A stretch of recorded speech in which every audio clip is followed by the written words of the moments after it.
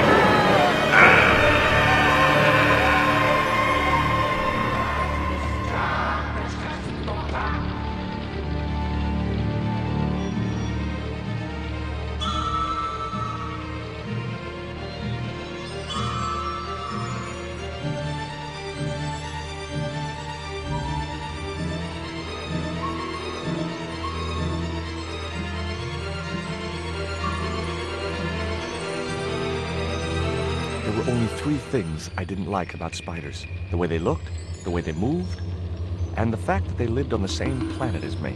This spider was big, mean, and hairy, and definitely not a native of Europe.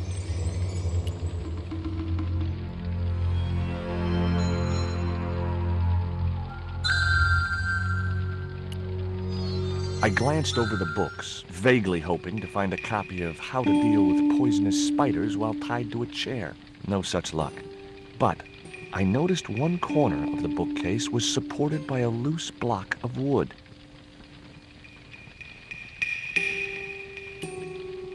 The block of wood had been used to replace the original foot of the bookcase.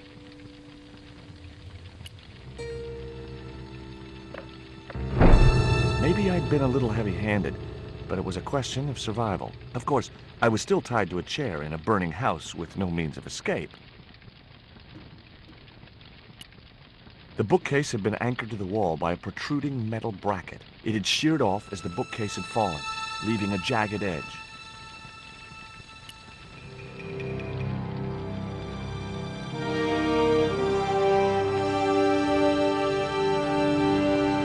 With one mighty bound, our hero was free. Now, I had to deal with that fire.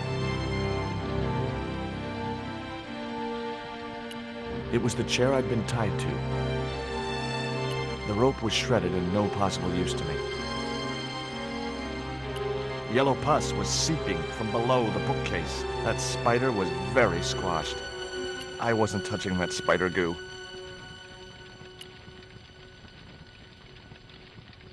The bookcase had fallen on its front, making it impossible to reach the books inside.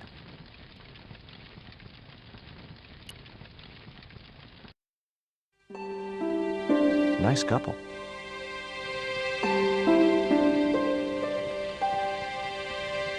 The bureau had a sliding lid. Inside, I found a bottle of tequila. It was a half bottle of extra strong Mexican tequila. Just what I needed under the circumstances. Normally, I didn't drink strong spirits, but today was far from normal. Ew. Disgusting. Not only did the tequila burn like hell, I just managed to stop myself from swallowing the worm. What looked like a little shriveled wiener lay on the carpet. Thankfully, it was only the worm from the tequila bottle. Well, I wasn't going to eat it, but life had taught me one thing. No matter how unlikely it seems, the strangest objects have their uses. Even tequila worms.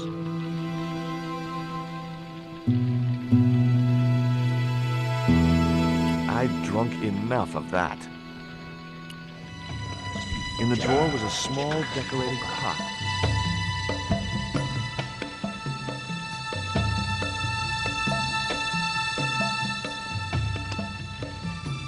It was that itsy-bitsy tequila worm. I really must remember to take it out of my pants before I send them to the laundry. The pot contained a key. It looked like a house key. It was a needle-sharp dart with a flight of green and yellow feathers.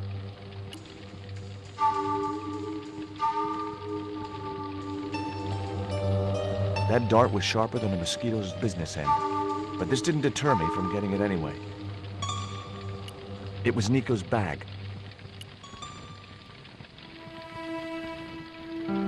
It was a stylish little canvas number containing a lipstick, a handwritten note, and a pair of nylon panties with a large love heart emblazoned across the front. It occurred to me that Nico's tastes must have really changed while I was away. Well, they could be useful.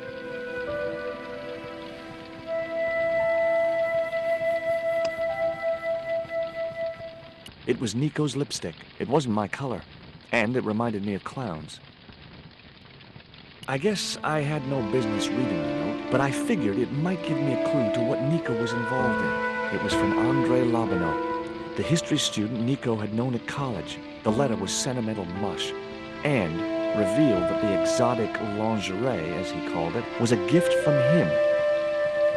It gave his telephone number. Lobineau figured himself as a rival for Nico's affections, but I couldn't believe that that creep was in the running. It looked like a house key. It was a pair of red, lace-trimmed panties decorated with a large black satin heart.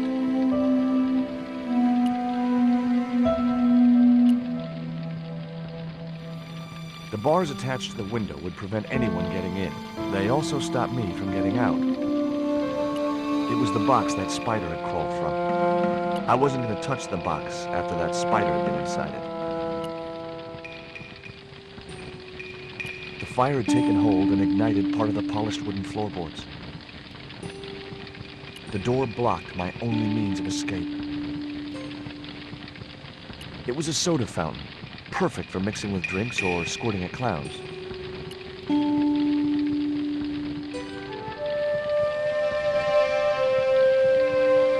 There was no pressure in the siphon. I guess it was out of gas. In the cabinet's wooden door was a very small keyhole.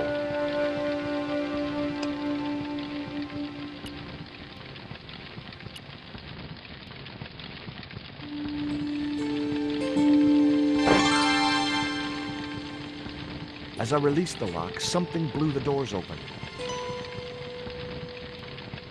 Inside the cabinet was a small metal object, round at one end with a valve at the other. It was a small metal cylinder. That cylinder was hot. I couldn't pick it up with my bare hands.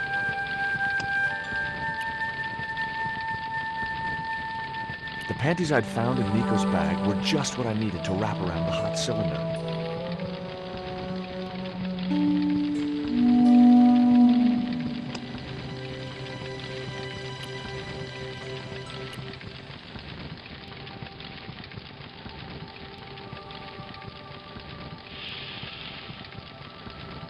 The cylinder gave out a faint hiss as the valve opened. What? Now I had one primed up and ready to use extinguisher.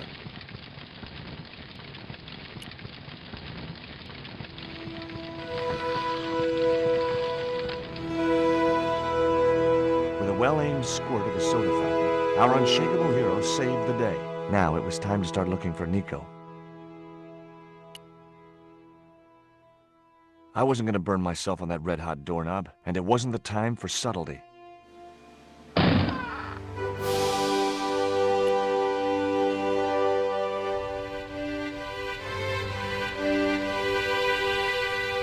It was a folded clipping taken from a newspaper.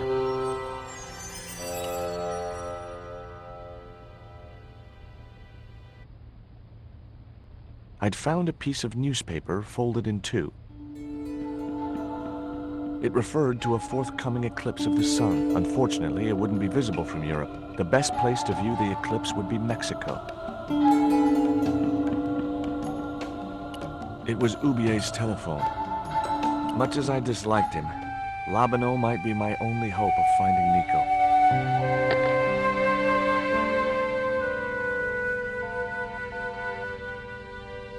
Hi, Andre? Who is this?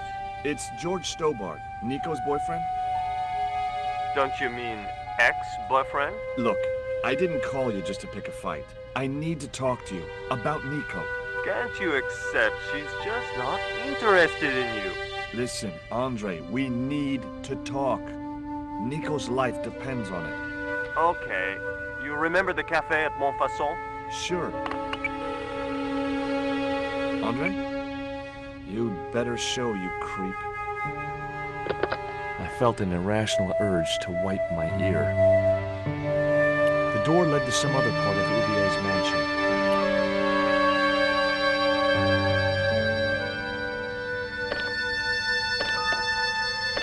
It was locked. The front door was made of hard wood, supported by a sturdy frame.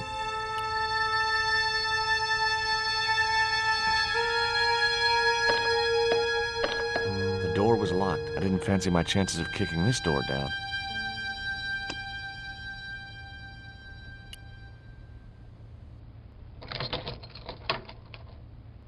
I unlocked the door. I wasn't looking forward to meeting Labano again, but he was my only link with Nico.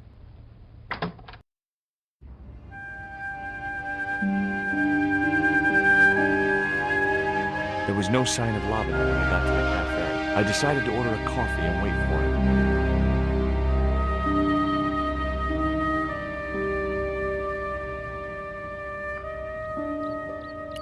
Oh, garçon. He ignored me. I'm sure it was deliberate. It was too hot to sit inside the cafe. Besides, I might miss Labano. It was a small silver flask from which the man was topping up his glass.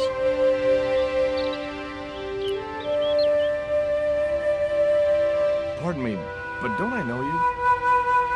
Huh? You were here the day I found the catacombs. I was? Ah, yes. I remember you. Yeah. Are you still in the police force? No, not anymore. I'm a man of leisure. And what brings you back to Paris?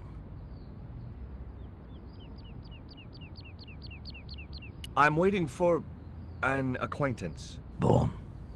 And you have found another. Will you share a bottle of wine with me? Hey, listen, I'd love to, but I need to keep a clear head. So my company isn't good enough for you. Why did you leave the police? I was forced to retire. The golden handshake. Only in my case, it was more copper than gold. How come? I was made a scapegoat to cover up the department's inefficiencies. Have you ever heard of a Professor Ubie? No, monsieur. I don't recall the name. Well, apparently he's an expert on Mayan art and history. A little out of my field of experience, monsieur. If he'd been a serial killer or a sodomite, I might have been able to help.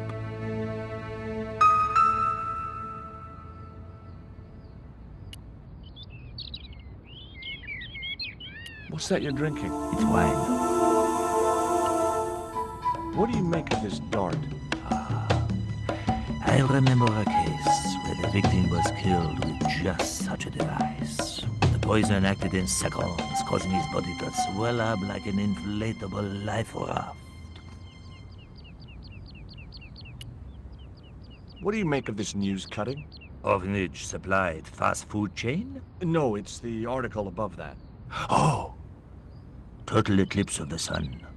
Well, that's very dull in comparison. I don't know anything about eclipses. Tell me what you make of this note.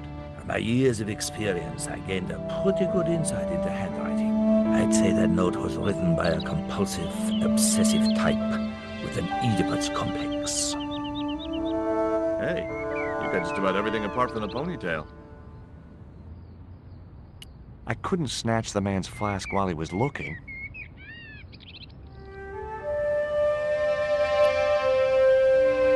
I had nothing else I wanted to ask the gendarme.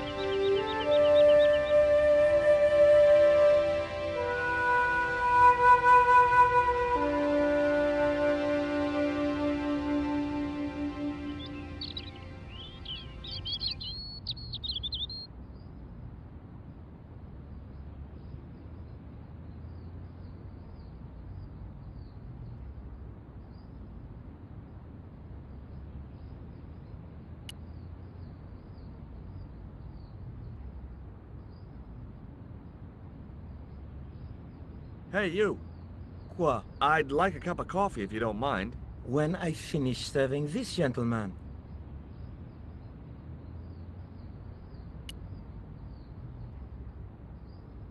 I had nothing else I wanted to ask the gendarme.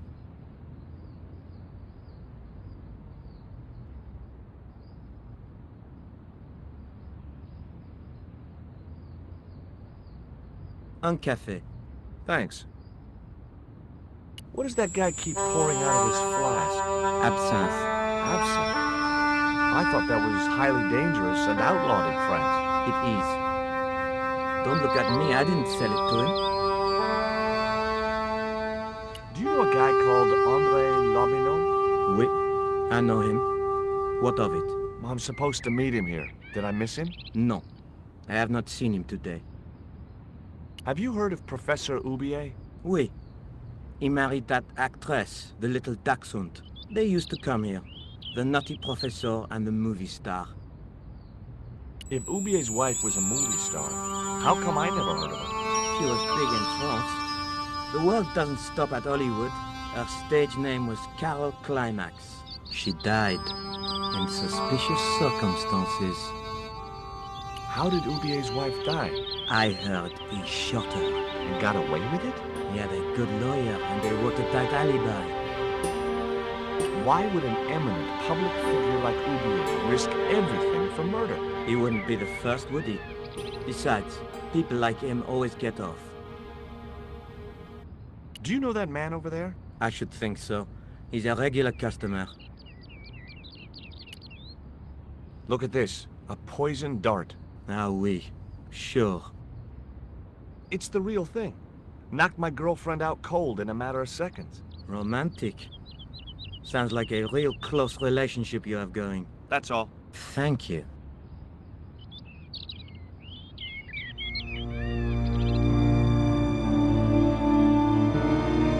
Well, this is a surprise, Georgie. I wouldn't normally call you. But Nico's in trouble, Andre. Deep trouble. You have to help me find her. What? What have you dragged her into this time? It was you that recommended Professor Ubie as an expert on Mayan art. Now his butler has kidnapped her. And he tried to kill me. Every time she gets involved with you, there is trouble. Walking out on her was the best thing you could do. My father was dying, damn it. I had no choice. Well, she soon recovered once she went back to her old friends. Drop it, Andre. Right now, Nico's in danger, and we have to work together. So, how can I help? Nico needed to speak to Ubie about a stone. Oh, you mean this stone?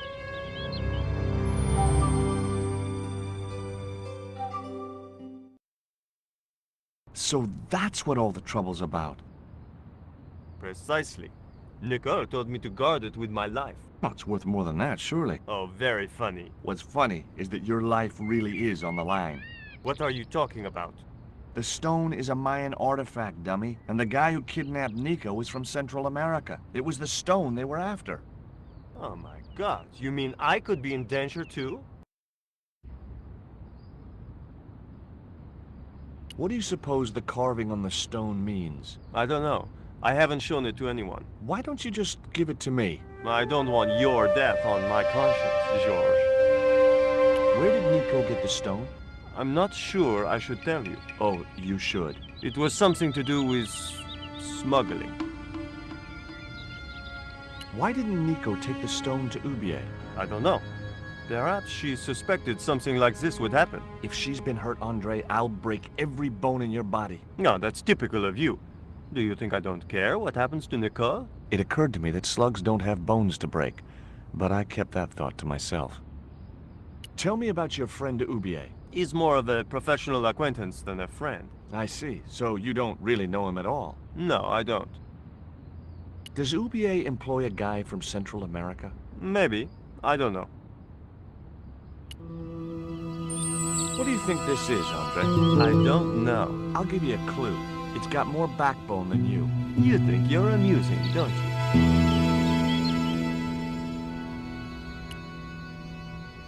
What can you tell me about this pot? South or Central American, I'd say. I have a friend who'd be able to tell you more. Where can I find this guy? He owns a gallery on the left bank. The Gliese Gallery. See you later.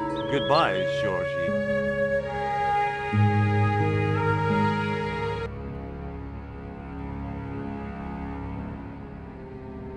I've had enough of your games, Kala. Tell me what you've done with my stone. I thought your business was simply smuggling cocaine, Karzak. Why are you so interested in that stone? Either you tell me what I want to know, or Pablo here will make you talk. Okay. Well, I figured someone at the university would be able to help. So I had a word with one of my girlfriends, and she told me her boyfriend was a lecturer. I sent the stone to the Department of Ethnology. You know, I figured it was South American, so... You're not buying this, are you? That's enough! I don't have time to listen to your mindless prattle.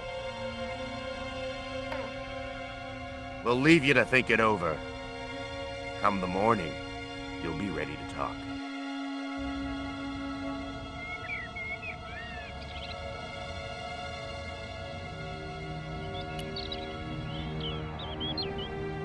Do you miss being a gendarme?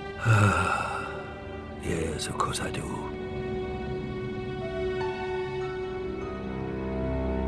When I wore that uniform, I commanded respect. Not anymore.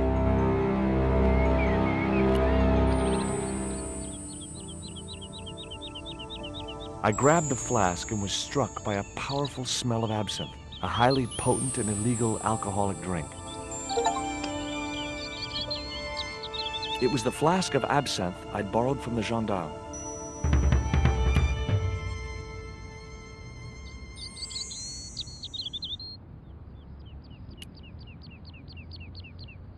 Excuse me. What? Didn't you try to appeal against your dismissal?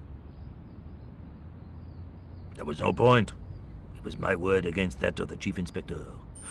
And he was a close friend of the director of the museum I was supposed to be patrolling.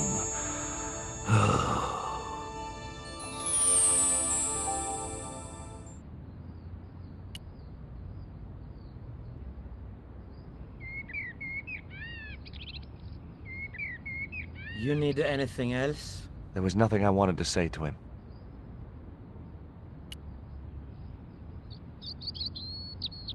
Excuse me. What? Which museum was it you were supposed to be patrolling? The croon. It wasn't as if anything important was stolen. Just a rusty old tripod. The tripod I'd returned a few weeks later.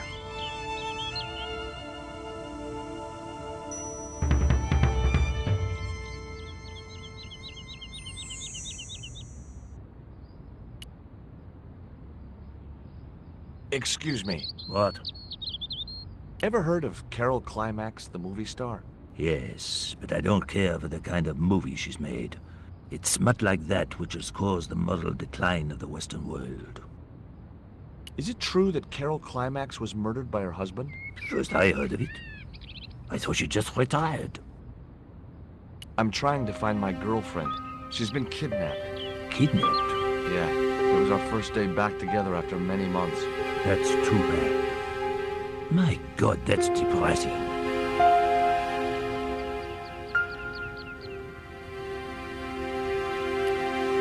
Excuse me. Leave me alone.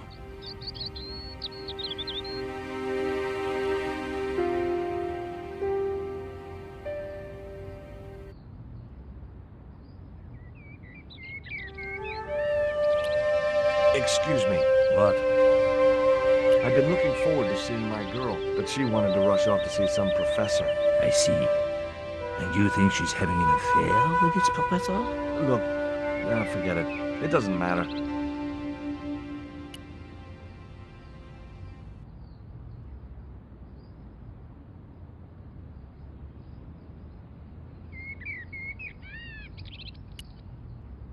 Excuse me. What? I had nothing else I wanted to ask the gendarme.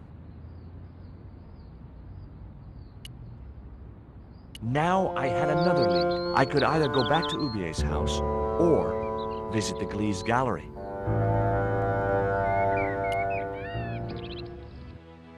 The Glee's gallery had style and class, but very few customers.